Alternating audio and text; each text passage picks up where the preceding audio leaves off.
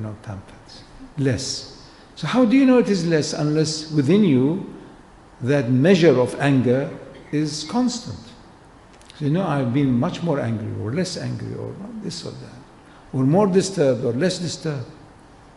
You know. No one ever is spared disturbance. And the higher you are in knowledge, the more you see disturbance, because two things happen. One, the horizon widens, and the other one deepens. So the wiser you get, the more you see disturbance. If you do not balance it by inner access to your inner joy, you will be grumpier as you get older. And quite naturally, all the people run away from you. Whereas it is natural for a person, as he or she gets older, they like to have some youthful energy around so that they keep them energized. There was a survey for some years ago in Central Asia, in Georgia, as to find what was the cause of longevity. And there were many theories. You know, people who were marketing apricots, they said their Hunza type of apricots is the cause. Others said it's the water. Others said it is the liquor, depending what they liked. Eventually, one of the studies it was a PhD study, discovered that actually the older people in that community, in that specific community, were so much sought after that this 125-year-old lady said, I do not have time to die. I have 900 great-grandchildren and they're all demanding something. I cannot die. I don't get enough sleep, let alone dying. So this idea that as we grow older, we like to be influential, we like to be needed, has been most neglected in our societies in the East. As people get into their 50s and 60s, because they have lived selfishly, because they have all cared for themselves and their little pleasures, and it's too late. You have practiced 50, 60 years playing in the casino of the stock market or whatever. Too late. It won't work. You cannot reactivate the pattern that is within you. Too late. You have to do it earlier. Same thing with sports. If you have not practiced it earlier on, you will not be a very good swimmer at the age of 40 if you had not started by the time you're 10, and so on and so forth. The same thing is with spirituality. If by the time of 40 you're really not totally, utterly committed to knowledge, who are you? What are you going? Where is death? What is the prophetic light? Where is it? Or where is it not? These are to be, if you like, essentially our concerns. But if your concern is all the time few silly little numbers, you're as good as the numbers. It goes up and it goes down. So preserving values, the values are already the real ones preserved. Other aspects are superficial values, and they change with time. And a culture is as good as the inherited collective values which are lived by. You know, a culture implies sets of things that people got used to, but the foundation of it must be the origin, the root. If you like, the spiritual culture. There are habitual aspects, there are social habits, there are economic habits, there are food habits, all of them are all right. But if they are not founded on the knowledge that we are essentially the same, children of Adam, have come here to discover the eternal light of the divine reality or God or Allah in our heart, then there is very flimsy, if you like, common denominators between us. In the West, they established nationhoods 200-300 years ago. Soon after the Renaissance, the people began to get together based on economic, if you like, unifying factors. We never had that. We still remained tribal. We still remained fragmented. We still remained, moving mostly also periphery to any settlement, so to speak. And then we constantly have this nostalgia that the greatest, oldest civilizations were here. But they are in ruins. Most of us are the same. It's true that we had contributed so much to the whole world. But what are we contributing now, other than consumerism? Why can't we contribute the knowledge we have on Tawheed, on the light, the ever-present divine light, the perfect moment. Allah Azza wa Jal challenges us. He said, look back at the situation. Do you find any fault? He says, if you find fault, it is your sight. Your sight will come back to you, humbled. If you believe God is the ever-perfect, then whatever comes must have perfection in it. If you don't see that perfection, you are only seeing it through your own lenses, which are distorted according to your project. Fine, see it first according to your project. Realize that it has failed because the timing wasn't right, the whole thing was not. But then see it with perfection. So as you become content inwardly, so you can truly thank Allah for having shown you His perfection and your imperfection. The two go together. You start by looking at your inner qualities of fear, anxieties, insecurities, over concern, stress upon stress. Then look at the cause of it. These are warnings. And overstress is a warning that you are not giving your cosmology its due. You can't suppress it by medication, you know. You have a headache, see the cause of it. There's no point in cutting the wire of the signal that is now your headache. It may give you a relief for a while, but it becomes more complex later on. Love yourself. Love your ruh, love your heart, love the light of Allah in you. You know, Allah Azza wa Jal says, the heavens and earth do not contain me, but the heart of the mu'min contains me. Because the soul or the ruh lives in that heart. So therefore the heart has to be cleansed. How? That is the key issue of the deen. The purpose of every deen is to enable you to cleanse, purify your heart. And that has to be lived. It cannot be talked about. It is not a spectator's sport. You have to be in it. You have to realize that the more you cleanse your heart, the more you have access to the higher in you. That thrill will take you more and more and more until such time you really know the entire purpose, the entire meaning of existence was for you to develop that inner purity and maintaining your outer body health, mind health, but more than any one of them, access to your innermost. Allah Azza wa Jal says in the Quran, مَا كَذَّبَ الْفُؤَادُ مَا رَأَى. That inner part of your heart never lies to you. But at the moment, most of us use the heart in a most frivolous way. My heart tells me, it's not your heart, it is your fantasy. Often it is your emotions. My heart doesn't, it's not. What do you know what you're talking about? Allah says your inner heart, your heart never lies. And Allah Azza wa Jal also reveals that He will not question you according to your actions. It's not by your actions you'll ever get to the garden.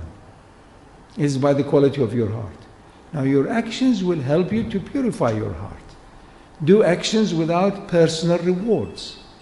One of the biggest curses in our age is that we are taught, our education is so lopsided that all what we are taught and all what we know is for me. And then you go a little bit further and for my family. And you go a bit further for my relatives. But what about the rest of creation? Aren't they the same as you and I? We claim that we know, we are being declared to, we have been told that our deen is rahmatan lil alameen. But why haven't we then shared it with others? Because we have not lived it ourselves. So if you complain about not having spread the deen, just as well, because what are we going to spread? What are you spreading? Look at what we have been spreading out from some of the Arab countries. What is this? You know, thank God that we have not been able to spread our own waham, our own fantasies. If the lake is fresh and is replenished by the source, it will overflow. It's not your business. Your business is to take care of your own cosmology. If you put that right, everything else is right. The timing may be such that it will overflow. Or the timing may be such that, as there had been with thousands of prophets, even their own family did not acknowledge them. That's it. Save yourself. then by Allah's decree, maybe others will benefit or may not. It's not your business. Have you put number one right? But in order to put number one right, you need to serve and help and do other things as well. So as there is less selfishness. So that you move from a very stiff ego to nafs al-ammara and nafs al-lawwama until you find it's really light. Nothing matters. They accept you fine, they renounce you maybe even better. Gives you more time for your ibadah. There was this great wali in Morocco that the king came to visit the town, and he found his robe missing. So eventually they cornered this wali. He was a well-known wali of the town, and they could not believe it, so they put him in prison. After a while, the local sultan came to visit him in the prison. He told him, look, if you had asked me for 1,000 robes, I would have given you. You are a well-known man of light. Why did you steal my robe? There must be something more to it. He said, look, I was not having the ability to do my proper ibadah even. I became so popular that I had no time for myself. And the more I asked people to go, the more they came. He said, I had to do something that saves me from my reputation. So I wanted to have this reputation of a thief. Please don't tell them that, So look, you have to save yourself. If you have not saved yourself from yourself, you have no right or authority to interfere with other people. If your heart has no access, has not got that constancy of joy, you have no right to try and help anybody else. And in fact, often even if you have that, there may be such a distance that people have fallen into so many different layers that they need to work on themselves before they understand what we are talking about. Sa'di says, do not ever give sweet to he who is sick in the stomach. You can't. They first have to heal themselves. Then everything has its layer. Every one of us is at a certain state in their degree of awakening. And you know. And you are responsible for yourself. And help and connection with others will help you in that direction, provided your priority is right. So, to conclude this wonderful evening with you all, I share with you what I know and what I live by, and that constant referencing to the ultimate, ever-prevailing, ever-present light of lights. And one secret, one easy way to remember the ultimate is to think of the ultimate experience we will all come to, which is death. If you can every instant remember that the air goes in, may not come out, then I assure you, you will not be morbid. You will actually be so revitalized that you will begin to take responsibility for your body, your mind, your heart, and for those who are immediately with you. You will have a vitality that wasn't there before. Because you have seen this phase of experience will come to an end. And it will lead to the next phase of experience. And the Prophet ﷺ says, the state you are in before you die is the state you will experience in your grave. And that state, after a certain modification, will be your state on the day of reckoning, which is well after we die, because there is another period. And that time is not the same as time that we experience now. But there is the source, the ruh, my ruh, which is coupled with my nafs as it leaves, will experience certain measure of time. But it cannot act. Here I can act, but I am mostly ignorant. After death, I get illumined because I know the perfections of the ever-present light, but I can't act. So there is an urgency in recouping, revitalizing those values which never ever change. Then let the world change. It does not affect you so much. The more you have access to your inner stability, the more you can face the changing world. It's a very simple arithmetical formula. And we owe it to ourselves to do it now. Then you find our deen is the perfect package. Then you find all of our movements of ibadah have got meanings in them, and that ritual will become much more of a transformative exercise. The moment you do your wudu, the moment you declare Allahu Akbar, Allah is greater than you can think, you can imagine, you can fathom, then you're diving into this zone of the unseen. Until such time you go into your sajda. If you do not completely and utterly disappear from any thought or any awareness in your sajda, then you are not being recharged. So for that reason we have been given nawafil, 2 more of the extras, until such time Allah describes it in the Quran, الَّذِينَ هُمْ فِي صَلَاتِهِمْ دَائِمُونَ, as though you are almost perpetually in that state of awareness. Otherwise it will be from the sahun, forgetful, they don't know where, how, what. So that you control your mind and you transcend your mind. You do not denounce your mind. You do not denounce anything, not even any of the germs. They are everywhere. But they only attack you when you are weak enough in order for you to be warned, to restore your balance. So we have become completely, utterly taken by this idea of that we have to have antibiotic, kill everything inside. It's not the fault of the germ, it's my fault. I have not lived hygienically enough or with the right diet or with the right sufficient balanced life. Therefore they are warning me. They've come to me to tell me, oh, you are now going to be disintegrating. And since our first and foremost energy drive of acceptance and repulsion is to have longevity, live well. Why do we want to live long? Because the soul is living forever. And the nafs wants to sit on the seat of the soul. And you can't.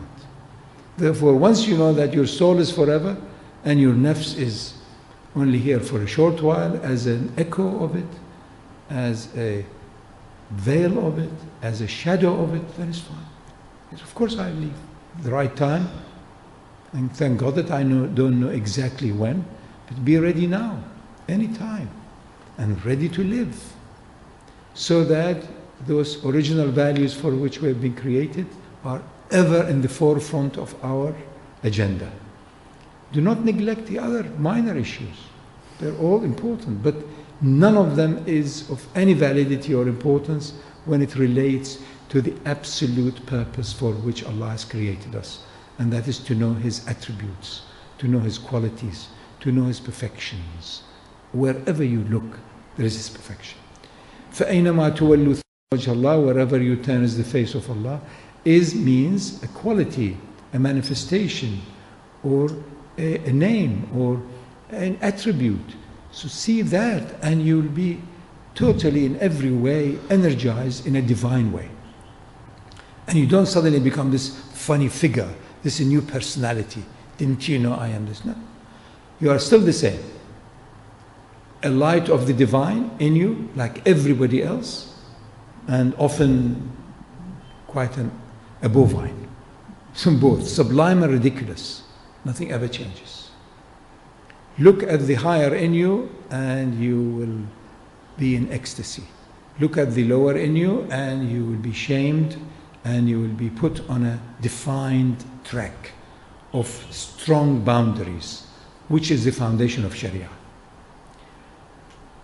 I have spoken for nearly an hour and you have been very kind to listen. I tried to paint for you a very, very broad picture, both in terms of time and space, and beyond time and space. So I wanted to utilize this occasion to share with you a very broad brush of the map of existence. The rest is up to you to take time and study and learn. We take years to learn a silly language or some craft or some accounting or some engineering, some few numbers and things. Don't you deserve to learn as to what the purpose of your life is? Where are you going? What is death? What is in between? What are human relationships? You know, really love the higher in you, and you'll find the lower also will fit. We are a combination of all. So this is a very broad brush treatment, the foundation of which is self-knowledge, self-accountability, self-reflection, self-responsibility, and transformation by the deen. Live your deen. Love your deen. Live the Quran. So that you truly experience the divine presence and the love of the light and the profile of the perfect being Muhammad sallallahu alaihi wasallam. Thank you very much. Wassalamu alaikum.